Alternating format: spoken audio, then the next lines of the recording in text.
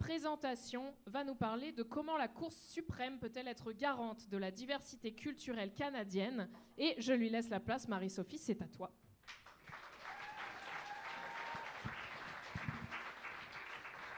Bonsoir. Alors, parmi vous, à main levée, qui aime la bière? Pas mal tout le monde. Toujours à main levée, parmi vous, qui considère appartenir au genre féminin? Ok, une bonne majorité aussi. Et là, vous voyez que je lève la main, donc vous avez compris que je fais partie des 3 personnes dans la salle qui n'aiment pas la bière. Parmi vous, qui considère appartenir à une communauté religieuse ou avoir des croyances religieuses ou spirituelles, quelles qu'elles soient? À peu près autant que celles qui n'aiment pas la bière, visiblement. Et enfin, parmi vous, qui a d'autres origines ethniques ou culturelles que la culture québécoise ou la culture canadienne, qui se sent nourri par plusieurs cultures? On n'est pas très nombreux non plus. Ok. Alors, à travers toutes les réponses à ces questions, on vient d'illustrer tous ensemble ce qu'est la diversité. La diversité, elle est relative à la personne. La diversité, c'est le fait qu'au sein d'un ensemble de personnes qui forment une communauté, chacun va être différent de l'autre et chaque individu va avoir des spécificités selon des caractéristiques particulières. Alors, oui, j'ai besoin de mon texte, je suis désolée. Alors, ces caractéristiques, elles peuvent être relatives aux origines ethnico-culturelles ou aux croyances religieuses, spirituelles, politiques. Ça, c'est davantage la diversité culturelle. Mais aussi dans ces caractéristiques, comme vous le voyez, on va retrouver le sexe, le genre, encore l'âge ou le handicap. Ça, c'est davantage la diversité biologique. À travers tout ça, on s'aperçoit qu'on a une société qui est pluraliste. C'est ça la diversité. Alors ces caractéristiques propres à chacun, elles peuvent conduire à être traitées différemment. Vous l'avez vu avec l'exemple qu'elles ont illustré sur l'immigration et comment on arrive au Québec. Je suis une femme immigrée aussi, mais avec beaucoup moins de problèmes que Clarisse, je tiens à le dire. Et cette différence de traitement, elle peut entraîner un préjudice, c'est-à-dire qu'elle peut vous causer à vous-même un tort. Et c'est ça qu'on appelle en droit la discrimination. Alors, que fait le droit contre la discrimination? Et que fait donc le droit pour protéger les différences et donc pour protéger la diversité? Eh bien, le droit, avant tout, va inscrire ces différences dans un texte. Il va les protéger dans le texte, et notamment dans la Charte canadienne des droits et libertés. Alors, je vous le lis. Je me tourne. C'est un peu petit, mais je n'avais pas trop le choix. Alors, l'article 2, chacun a les libertés fondamentales suivantes. La liberté de conscience et de religion, la liberté de pensée, de croyance, d'opinion et d'expression, y compris la liberté de la presse. Donc ça, c'est un premier exemple. Autre exemple, l'article 15 de la Charte. La loi ne fait exception de personne. Elle s'applique également à tous. Tous ont droit à la même protection et aux mêmes bénéfices de la loi, indépendamment de toute discrimination, notamment des discriminations fondées sur la race, l'origine nationale ou ethnique, la couleur, la religion, le sexe, l'âge ou les déficiences mentales ou physiques. Alors, l'inscription et la protection de ces différences inscrites dans la Charte, c'est inscrit plus précisément dans la Constitution. Et la Constitution elle-même, où elle se trouve? Eh bien, elle se trouve au sommet. C'est la norme suprême, c'est-à-dire qu'elle est supérieure aux lois et aux règlements. Et donc, les lois et les règlements doivent respecter la Constitution. Est-ce que vous le saviez? Les lois, globalement, c'est le Parlement qui les adopte. Exemple, le Code civil du Québec, la loi sur la laïcité de l'État, le Code criminel. Et les règlements, ça va être plutôt adopté par l'administration, donc les ministres, mais aussi les mairies. Exemple, les règlements de zonage qui font que vous n'avez pas le droit de peinturer votre maison de la couleur que vous voulez. Ça, c'est un règlement. Alors, pour s'assurer que les lois et les règlements respectent bien la Constitution, eh bien, le juge a le pouvoir d'intervenir. Le juge, il va vérifier que les lois et les règlements n'énoncent pas des règles de droit qui vont être contraires à la Constitution et donc à la diversité. Cette vérification, c'est ça qu'on appelle le contrôle judiciaire de constitutionnalité et dont je suis venue vous parler. Ça veut dire que ce contrôle, il permet que les droits et libertés, et donc la diversité, soient respectés. Alors vous allez me dire, ok, très bien, mais ce contrôle, comment on l'exerce? Eh bien, principalement, on va l'exercer de deux façons. La première façon, c'est ce qu'on appelle un renvoi, et c'est particulièrement le gouvernement fédéral qui peut directement aller devant la Cour suprême. C'est aussi le gouvernement provincial qui peut aller devant la Cour d'appel de la province. Je vous donne un exemple. En 2004, on a la gouverneure générale de l'époque qui s'est adressée à la Cour suprême pour lui poser la question suivante. Est-ce que le mariage entre personnes de même sexe respecte les droits et libertés? À votre avis, quels droits et libertés ça pouvait heurter, le mariage entre personnes de même sexe? Quels ont été les arguments qui ont été soulevés? C'est pas facile comme question. Hein? Eh bien, à mon grand étonnement, et peut-être au vôtre aussi, ce qui a été soulevé... Oh là, pardon. Comment on revient? Help, pardon.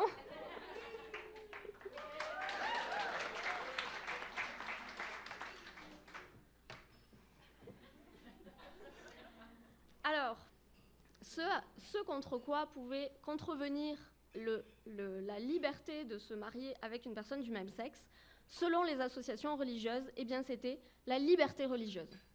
Les associations religieuses craignaient que les autorités religieuses soient obligées de marier les personnes de même sexe. Et là, que est venue dire la Cour suprême? Pas du tout. Il n'y a pas d'atteinte à la liberté religieuse dans ce cas-là, parce que la liberté religieuse, elle est suffisamment étendue pour que les autorités religieuses qui ne le souhaitent pas ne procèdent pas à un tel mariage.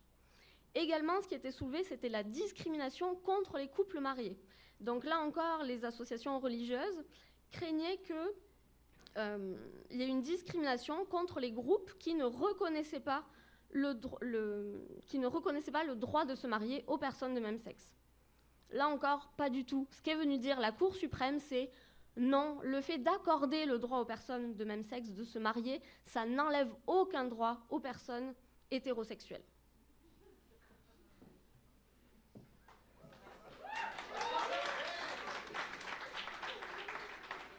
Bravo à la Cour suprême, parce que moi, j'y suis pour rien. Alors, la seconde façon de réaliser ce contrôle de constitutionnalité, eh bien, c'est vous, c'est moi, c'est les citoyens lambda, c'est d'aller tout simplement devant le juge, particulièrement quand vous êtes poursuivi en justice parce qu'il y a une loi à laquelle que vous ne respectez pas, eh bien, vous pouvez aller devant le juge et lui dire « Attendez, je ne respecte pas cette loi, par contre, cette loi, elle porte atteinte à mes droits et libertés. Donc, il faut faire cesser son application. » Et c'est ça qu'on va faire devant le juge. Et c'était particulièrement l'affaire de Mike Ward contre Jérémy Gabriel. Est-ce que ça vous parle? Donc, un petit résumé. Mike Ward est humoriste. Entre 2010 et 2013, il se moque du handicap de Jérémy Gabriel, qui lui est chanteur, qui est un adolescent. Et suite à ce spectacle, Jérémy Gabriel va recevoir des injures, des menaces de mort. Sa vie va être quand même particulièrement difficile. Et il va porter plainte contre Mike Ward pour discrimination fondée sur le handicap et atteinte à sa dignité. Mike Ward, lui, à l'inverse, il va venir prétendre que non, ça ne peut pas, en tout cas, que lui, ça porte atteinte à sa liberté d'expression s'il ne peut plus se moquer de lui. Donc c'est vraiment dignité et discrimination fondée sur le handicap d'une part, et d'autre part, c'est la liberté d'expression de Mike Ward. Qu'est venue dire la Cour suprême? Eh bien, la Cour suprême est venue dire que, oui, les propos sont dégradants. En revanche, il faut quand même préserver la liberté d'expression de Mike Ward. Même s'il se moque de lui, il n'y a pas de discrimination parce qu'il se moque de lui du fait de sa notoriété, du fait qu'il est célèbre, et non pas parce qu'il est porteur d'un handicap. Ça, c'est ce que est venue dire la Cour suprême. Elle est également venue dire que c'était un cas de diffamation et non pas de discrimination. La diffamation, en fait, c'est le fait de tenir des propos de nature à nuire à la réputation de quelqu'un en l'exposant à la haine, au mépris, au ridicule. Donc ça relevait de la diffamation et non pas de la discrimination. Et particulièrement, les juges sont venus appuyer cette décision en indiquant que les propos de Mike Ward ne sont pas de nature à inciter les personnes raisonnables à injurier Jérémy Gabriel. Et là, je cite la Cour. Rire des caractéristiques physiques d'une personne peut être répugnant. Ça l'est assurément lorsque la personne en question est un jeune en situation de handicap qui contribue avec détermination à la société. Mais de tels propos n'incitent pas, du seul fait qu'ils sont répugnants, à détester ou à mépriser l'humanité de la personne ciblée. Donc là, vous voyez, c'est la protection de la liberté d'expression par la Cour suprême. Et la liberté d'expression par rapport à la diversité dont je vous parlais, eh bien, c'est le fait que la liberté d'expression, elle permet que tout propos soit tenu. Que ce soit des propos religieux, politiques, peu importe, tous les propos peuvent être tenus en vertu de la liberté d'expression, et c'est en ça qu'on vient protéger la diversité. Alors, vous le constatez avec ces exemples, la Cour suprême, elle a quand même, avec ses décisions, un grand impact sur la vie de tous les jours des individus. Elle a un effet sur les personnes concernées, mais aussi sur l'ensemble de la société. Donc, comme je vous disais, la permission du mariage entre personnes de même sexe, mais je vous donne d'autres exemples aussi. Le port de certains signes religieux, exemple le port du kirpan pour un enfant qui va dans une école scolaire, primaire. La reconnaissance de certaines pratiques religieuses, comme l'installation de soukas sur les balcons à Montréal, mais aussi la reconnaissance, par exemple, du droit ancestral de péché pour les communautés autochtones. Ça veut dire donc que la Cour suprême a un grand pouvoir, c'est un grand pouvoir qui lui est donné, et comme diraient mes étudiants de première année inspirés par Spider-Man, un grand pouvoir implique de grandes responsabilités. Alors, oui, ils ont une grande responsabilité, mais cette responsabilité, elle repose sur le droit. Les juges ne sont pas en roue libre, ils ne font pas n'importe quoi, ils se reposent sur le droit et ils doivent faire correspondre leurs décisions aux valeurs de la société actuelle. Ce ne sont pas des politiciens, ce sont des juristes, ils sont là pour dire le droit. Et d'ailleurs, je me permets de les citer parce qu'ils sont venus nous voir à la faculté de droit il y a quelques semaines et ils ont dit qu'ils étaient là pour clarifier le droit pour les citoyens et pour déclarer le droit pour l'avenir.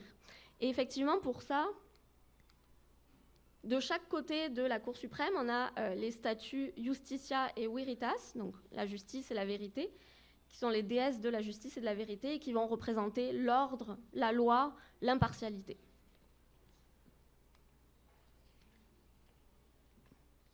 Les juges ils vont donc inscrire véritablement leurs décisions dans la société, notamment parce qu'ils vont déjà considérer que la société est pluraliste, mais aussi parce qu'ils vont justifier leurs décisions. Sachez que les décisions de la Cour suprême sont extrêmement longues, une moyenne de 80 pages environ par décision, donc c'est long à lire pour nous juristes.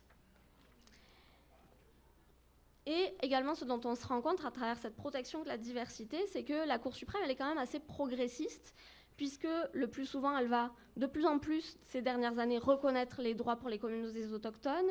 Idem quand il est question de diversité sexuelle ou de diversité de genre. Idem en matière linguistique ou en matière de religion. Alors oui, parfois, la Cour va restreindre certaines libertés au profit d'autres. Je vous donne un exemple. Il y a une communauté religieuse qui ne souhaitait pas avoir des photos sur les permis de conduire. Et là, la Cour suprême est venue dire que ce n'était pas possible pour sauvegarder la sécurité publique et que donc toute personne devait avoir sa photo sur le permis de conduire, quand bien même ça portait atteinte à la liberté religieuse des personnes. Donc parfois, on vient brimer la liberté religieuse ou d'autres libertés au nom d'autres droits et libertés dans la société, mais de manière générale, on voit quand même que la Cour suprême est assez progressiste. Et donc, si vous vous demandez pourquoi je suis devant vous ce soir à vous parler de droit alors qu'on est dans un Bistro Brain sur les luttes sociales, eh bien, c'est pour en fait vous faire passer le message que le contrôle de constitutionnalité, il permet de porter les luttes sociales devant les tribunaux, de demander aux juges de les faire valoir, et c'est ainsi qu'on prône et on protège la diversité. Et surtout, ce qui est très important de retenir ce soir, c'est que au BOC, la diversité, c'est la bière.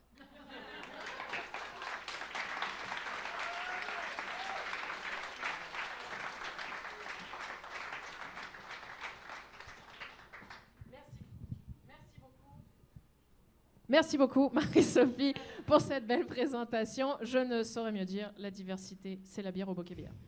Est-ce qu'on aurait des questions pour Marie-Sophie dans la salle? Je vois quelqu'un qui s'avance au micro. C'est à toi. Hello, OK. Vous avez parlé de la Cour suprême avec la diversité de genre, etc.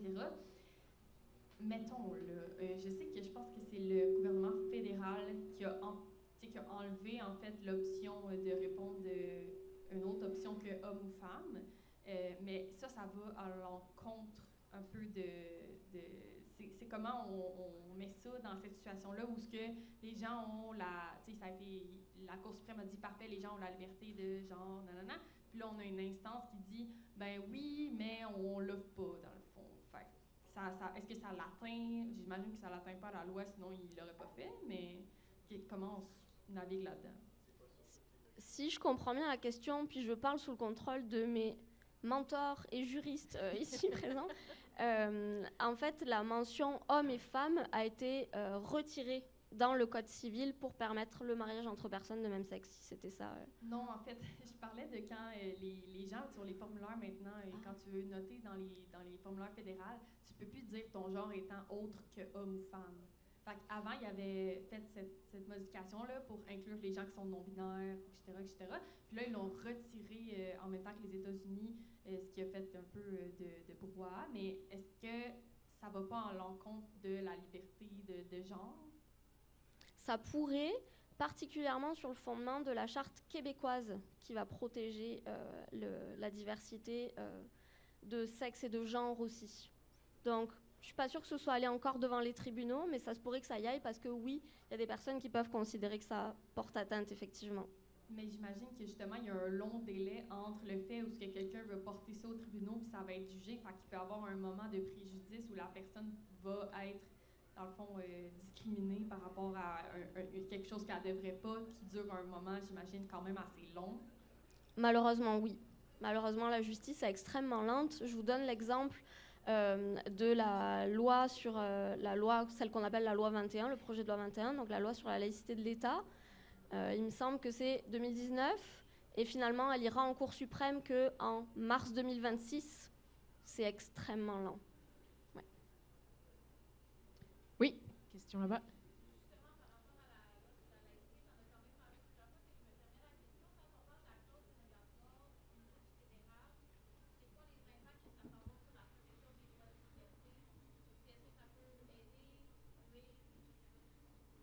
La question était, c'est quoi l'impact de la clause dérogatoire sur